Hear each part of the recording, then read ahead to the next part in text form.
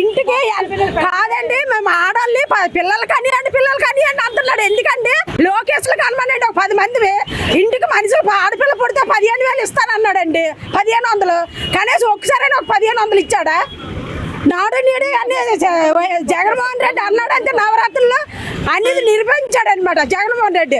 చంద్రబాబు నాయుడు గారు 2 నెలలు అవుతుంది అన్నిటికీ ఇదేంటి తల్లికి వందనం గోవింద, అమ్మవాడు గోవింద, బోట్లకి అన్ని మత్స్యకారులు భరోసా గోవింద, మరి సూపర్ 6 గోవింద.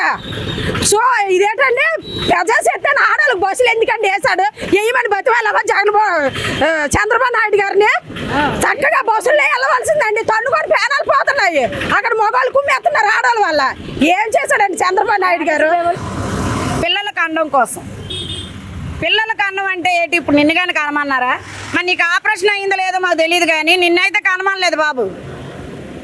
కొత్తగా పెళ్ళైన జంటని పిల్లలు అంటే ఒకప్పుడు డబ్బు నీది, రాను రాను వాళ్ళు సంపాదన కొరకు 10 మంది 12 మంది పిల్లలు కనేవారు.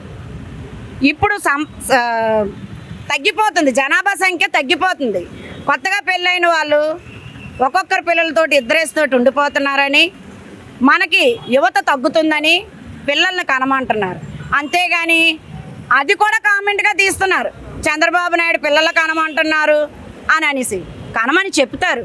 ఎందుకంటే ఒకప్పుడు ఎలాగైతే సంతానాన్ని కుటుంబాన్ని పెంచుకొని ఉండేవారో అలాగ ఇప్పుడున్న పెళ్ళిళ్ళు కొత్తగా చేసుకున్న వాళ్ళు కూడా వాళ్ళకి చెప్తున్నారు. కానీ నిన్నైతే కాదు బాబు, అమర్నాథ్ గుడ్డ అమర్నాథ్ బాబు, నిన్నైతే కాదు, నువ్వు ఇలాంటి వాక్యాలు మాట్లాడొద్దు. మాట్లాడితే మటుకు తెలుగు మహిళలు నీకు ఇలాగే బుద్ధి చెప్తారు. చూడండి, ఆయన కనుక క్షమాపణ చెప్పకపోతే ఒక తెలుగు మహిళలుగా తెలుగుదేశం పార్టీ క్రమశిక్షణతో ఉండమని చెప్తుంది. కానీ క్షమాపణ చెప్పిన వల్ల మీరు ఏ విధంగా సీరియస్ అవుతారు? నేను ఇందాలే చెప్పాను కదండి, ఇది జస్ట్ శాంపుల్ అని.